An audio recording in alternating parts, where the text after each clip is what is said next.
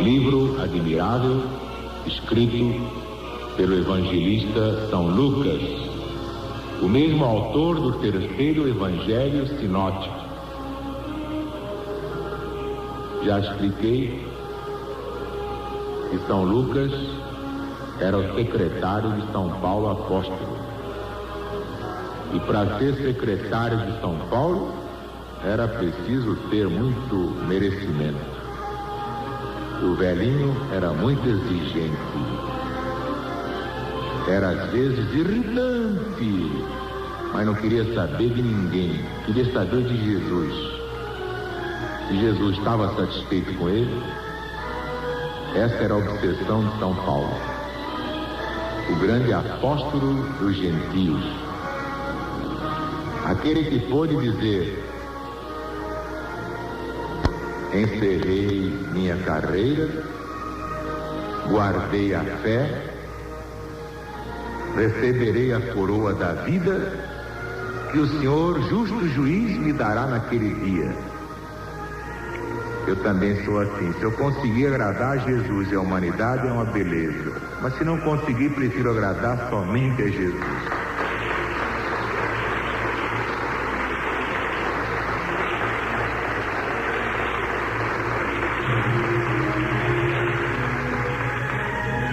Ora, enquanto o mestre estava com os apóstolos e os discípulos, era ótimo trabalhar, né? Qualquer coisa era só perguntar a Jesus: Senhor, como é que eu faço isso, hein? Chegou aí uma viúva rica, ela disse que quer uns passos em casa, devo ir? Chegou um fariseu aí cheio de dinheiro, prometendo uma fortuna se eu ensinar a ele como é que se dá passe. Chegou aí, chegou lá, chegou acolá, e Jesus dava a explicação, a orientação, e tudo acabava bem. Mas vocês já imaginaram os discípulos sem Jesus? Que aconteceu o seguinte: enquanto Jesus vivia, para empregar a linguagem do mundo, eles acompanhavam Jesus, mas meio assim temerosos. E quando Jesus dizia: eles vão me matar, eles vão me crucificar, mas eu vou derrotar a morte, eu ressuscitarei ao terceiro dia. Aí é que eles diziam assim: será que ele está falando verdade? Bonito. E se ele é crucificado e não ressuscita? Nós entramos pelo cano. De modo que os discípulos acreditavam, mas não muito, porque nunca viram ninguém ressuscitar. Ah, bem, eles acreditavam em Jesus. Jesus era formidável, tinha feito coisas julgadas milagres, está ótimo, perfeito. Mas ressuscitar é muito mais do que livrar uma pessoa dos seus demônios, restituir a vista aos cegos, a audição aos que não tinham mais audição, estavam surdos, a voz aos que estavam mudos, os movimentos aos que estavam paralíticos. Tá bem, Jesus fez tudo isso, nós vimos com nossos próprios olhos, mas ressuscitar, você sabe o que é ressuscitar lá no fundo da cova? Você não acha que Jesus está um pouquinho exagerado? Prometer que vai ressuscitar? Quem é que já ressuscitou? Quem partiu não volta mais. O próprio povo diz: quem parte não volta. E como é que Jesus vem dizer que vai ressuscitar? E se não ressuscitar? E não podemos condenar nenhum dos apóstolos por ter pensado assim, porque nós mesmos faríamos pior. Jesus dizia: eles destruirão este templo. Ele achava que o corpo humano é um templo. E é. Eles destruirão este santuário, mas eu o reedificarei em 3 dias. E aí estava o grande escândalo. E se ele não fizer o que prometeu? Tem uns milagrezinhos assim, curar um obsidiado, restituir a vista a um cego, curar uma catarata, reconciliar um casal que se odeia.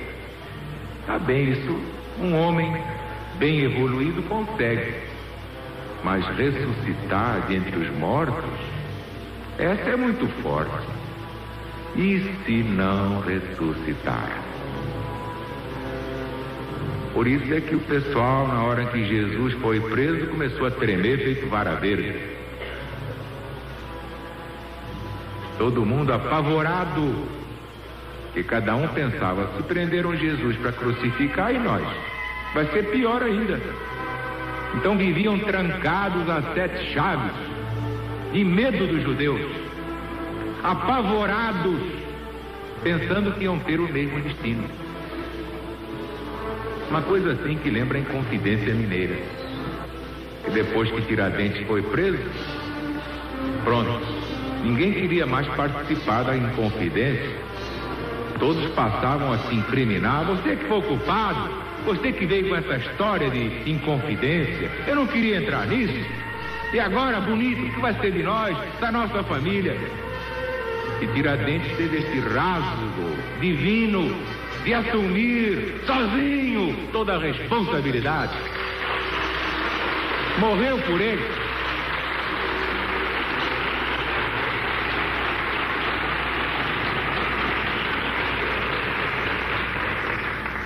O caso de Jesus, muito pior.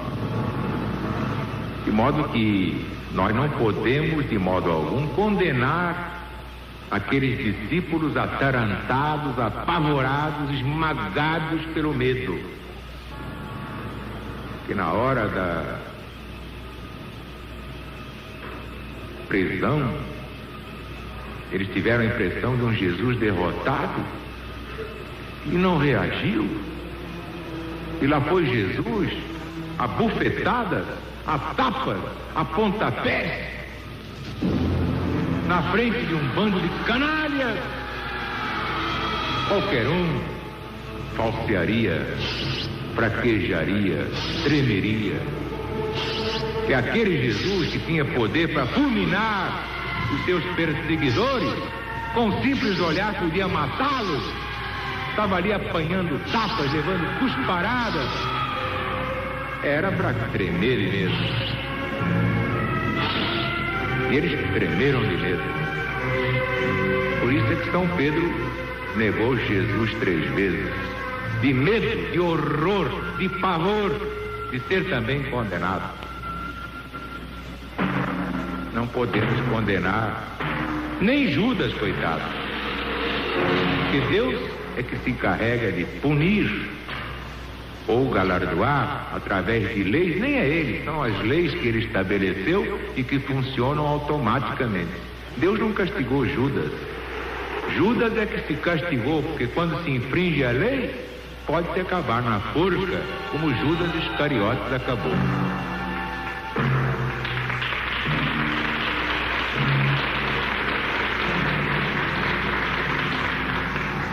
De modo que nós estamos exatamente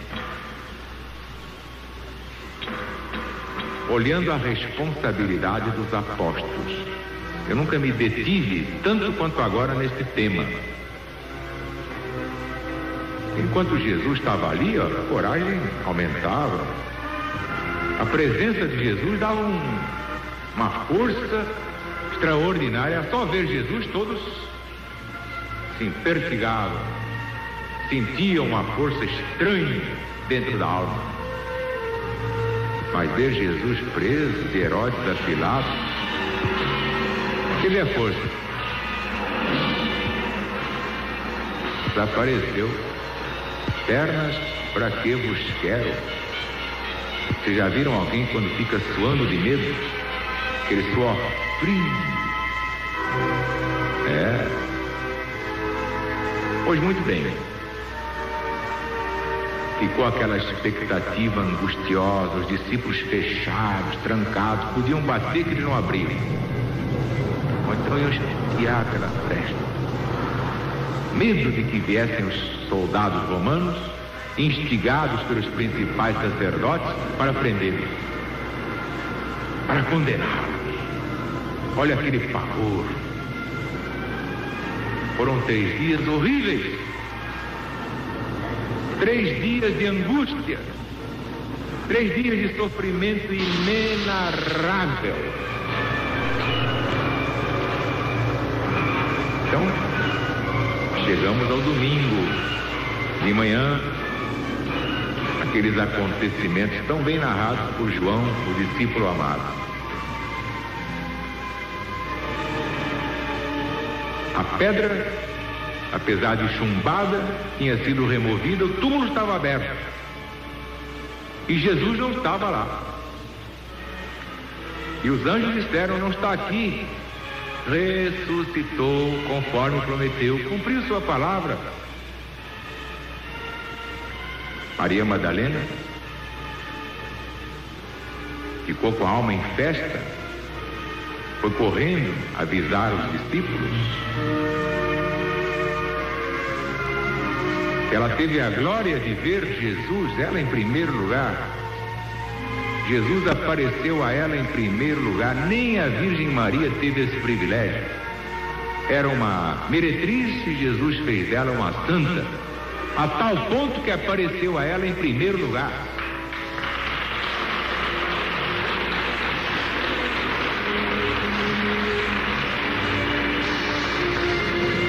Então ela foi lá. Jesus ressuscitou e ele me disse: dizei a meus irmãos que eu irei adiante deles para a Galileia.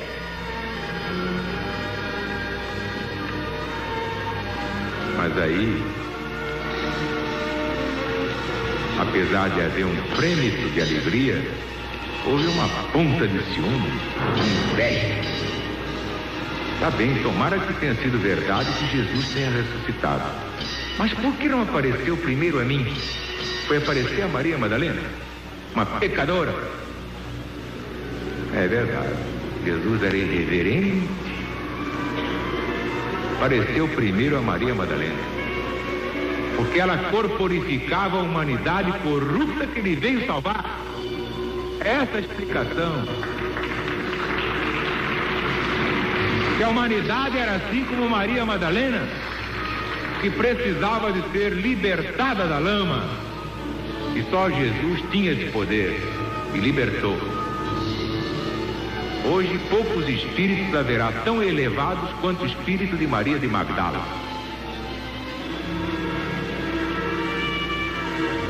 Então, finalmente, depois que São Pedro correu lá com seu companheiro, que chegou primeiro porque era mais moço, corria mais, e viu que o túmulo estava aberto, aí voltou e disse: meninos, o mestre ressuscitou. É verdade. Aí começou um certo ambiente esquisito, de medo, de alegria, de curiosidade e até medo de ver Jesus, que a humanidade até hoje tem medo de ver fantasma. Eu não tenho.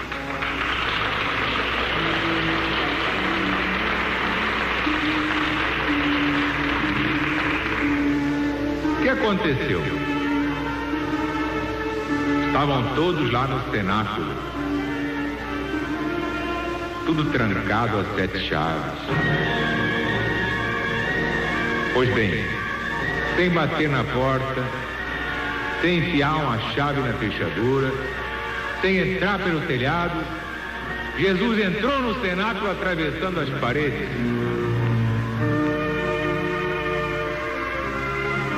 E disse: paz seja convosco. Imaginaram o que eles sentiram naquela hora? As pernas tremiam, o pessoal suava, mas era o mestre que estava lá. Era Jesus e estava com eles. Acontecera o impossível. Um homem derrotar a morte e derrotou. Era Jesus.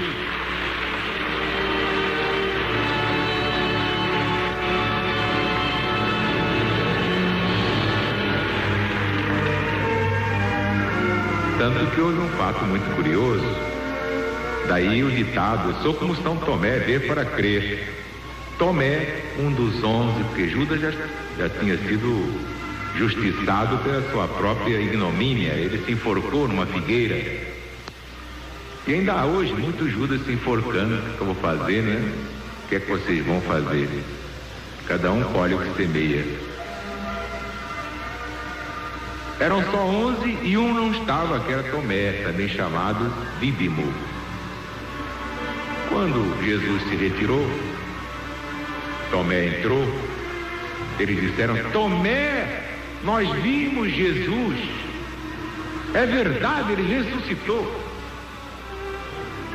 Tomé olhou assim para eles: o quê? Jesus o quê? Esteve aqui? Ressuscitou? Você não puseste dedinho lá no lugar dos cravos, pés e mãos e no lado da lança? Aquele soldado espetou a lança do lado de Jesus. Se não puser o dedinho lá, de modo algum creio nessa artilharia para cima de mim. Mas da segunda vez, Tomé está lá. Os 11 estavam, tudo trancado, tudo fechado, a 7 chaves. E Jesus, atravessando as paredes, entrou. Paz seja convosco. Vejam bem, depois de ressuscitar, depois de passar pelo fenômeno da morte, Jesus dá esta lição, que a única coisa valiosa neste mundo é a paz. É a paz interior. É a maior de todas as fortunas. É o maior de todos os bens. É a paz.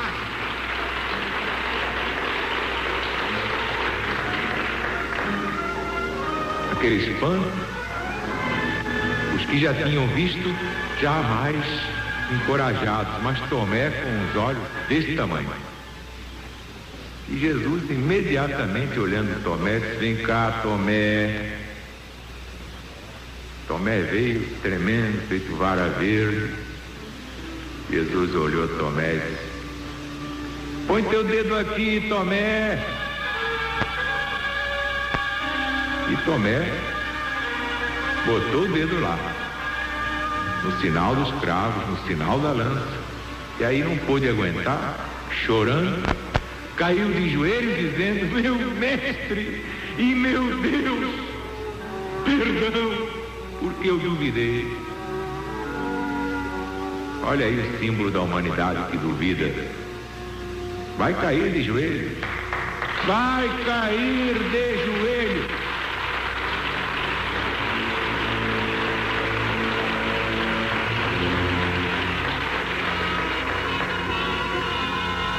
Ora, depois que Jesus se retirou, aí é que eles começaram a cair em si, nessa segunda vez da visita de Jesus. O medo se transformou em fé. Tudo aquilo que era covardia se transformou em força. E aí começou a marcha da reabilitação. Que eles viram com seus próprios olhos que Jesus tinha vencido a morte, que a morte, o último inimigo a ser derrotado, fora derrotado pelo Cristo de Deus.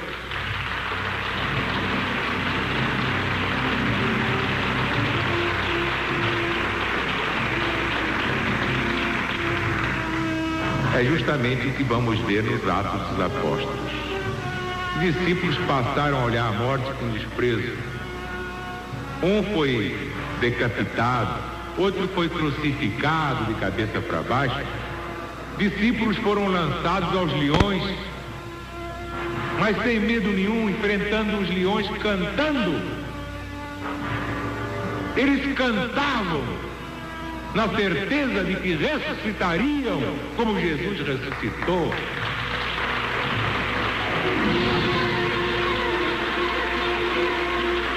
E este é o ponto máximo da força do homem e da mulher, da sagrada pessoa humana. É quando encara a morte com altivez e não tem medo da morte. Assim é o legionário da boa vontade. Então viva a LBV, viva o PBV, viva o Brasil e viva Jesus!